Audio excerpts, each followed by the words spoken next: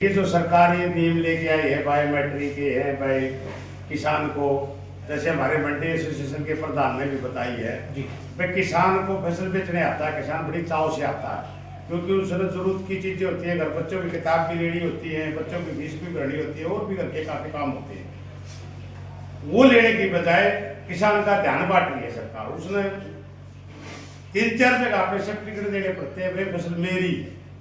जैसे चोर के साथ सरकार व्यवहार करती है, आज किसान के साथ ये व्यवहार कर रही है। तो इसके विरोध में हम तमाम किसान, पूरे हरियाणा के किसान यूनियन से भी हमारी कुछों से बात हुई है, बाकी से हमारी बात चल रही है, सभी से हम अपील करेंगे कि 14 तारीख को जो हमारा त्योहार होता है किसान का, जिसको हम बड़े चाव से मनाते हैं, उस दिन हम जब भी मंडी में फसल गिरने आए तो काली पट्टी बांध के ही मंडी में फसल ले आए किसान।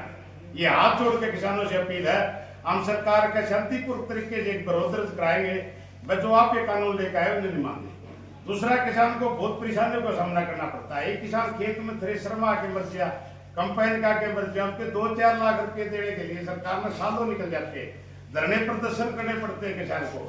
कल में कोई MP या मंत्री मर गया तो सरकार तुरंत उसकी लड़के को या उसकी घरवाली को टिकट भी दे और उसको मंत्री बनावे, सहानुभूति लेने खातर वोटा खातर।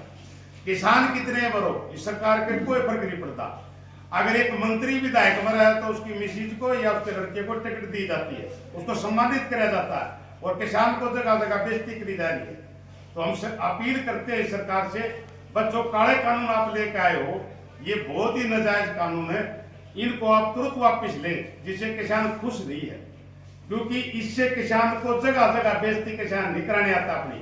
और जो आज 14 तारीख को हम काली पट्टी बांध के मंडियों में आएंगे, ये बिल्कुल दिल पे पत्थर रख के आएंगे, क्योंकि इस दिन तो हमारा चाव का दिन होता है किसानों के लिए। और उस दिन हमने काली पट्टी बांध के मंडी में आना है तो ये सरकार की देन है। किसान नहीं चाहता काली पट्टी बांध के आओ मंडी में, किसान तो चाव से फसल लेके आवा। अगर हम काली पट्टी बांध के आ रहे हैं तो ये सरकार जिम्मेवार है इसकी। मैं सरकार से कहना चाहूंगा, अगर थोड़ी भी कहीं इंसानियत बची हो मुख्यमंत्री नायब श्रेणी में, थोड़ी भी आप कह रहे थे मैं जमींदार का बालक हूं, अगर कहीं जमींदार आपने जिंदगी में कराया हो, हमने लगता नहीं श्रेणी ने जमींदारा कराया है कभी भी।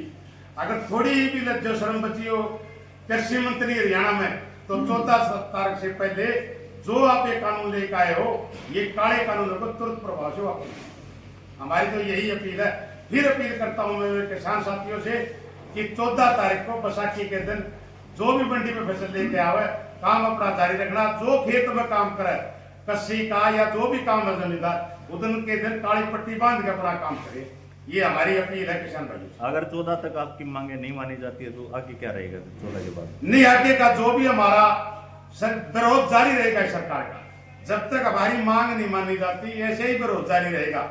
वो कहीं रोड जाम करने हो, हमारे कल रोड जाम भी किया है, उससे पहले धरने शुरू हुए मीडिया के, हमारे जिला प्रधान नरेंद्र डांडा दिए लगे तुम्हारा धरना दिए हुए हैं यहाँ पर, तो धरने भी शुरू हुए। फिर भी सरकार के कहीं कोई मंशा नहीं है ये कानून वापस लेगी।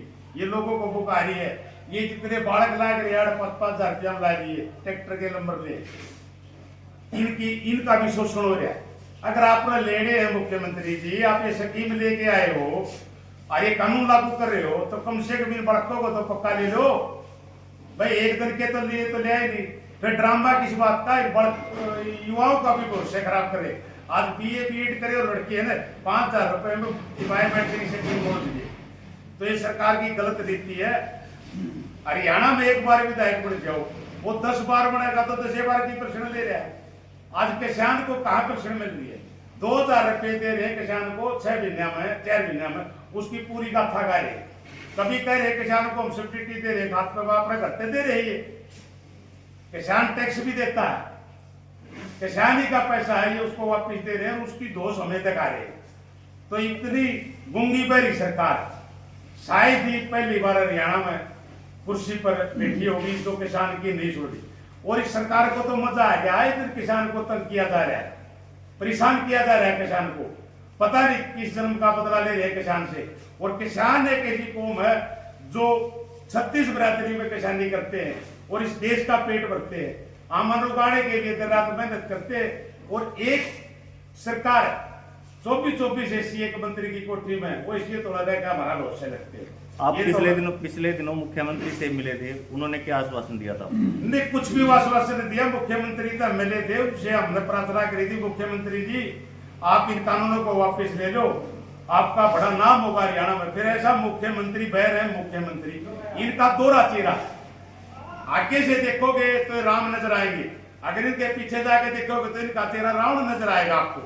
ये दोहरे सरकार का नजरिया है। ये आगे से तो सबको राम नजर आते, इनके मुंह से भी राम ही निकलता।